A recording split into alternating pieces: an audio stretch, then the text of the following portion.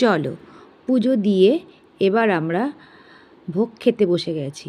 তো প্রথমেই দেখো প্লেট দিয়ে দিয়েছে, তারপরে দিল খিচুড়ি আর সাথে ছিল কুমড়ো আলু দিয়ে তরকারি। খুবই গরম ছিল, তো একটু ফু দিয়েই খেতে হচ্ছিল, কিন্তু ঠাকুরের ভোগ সেটা আর বলার কিছু নেই। দারুণ টেস্টি হয়েছিল খেতে। তারপরেই পড়ে গেল পোলাও আর সাথে ছিল আলুর দম।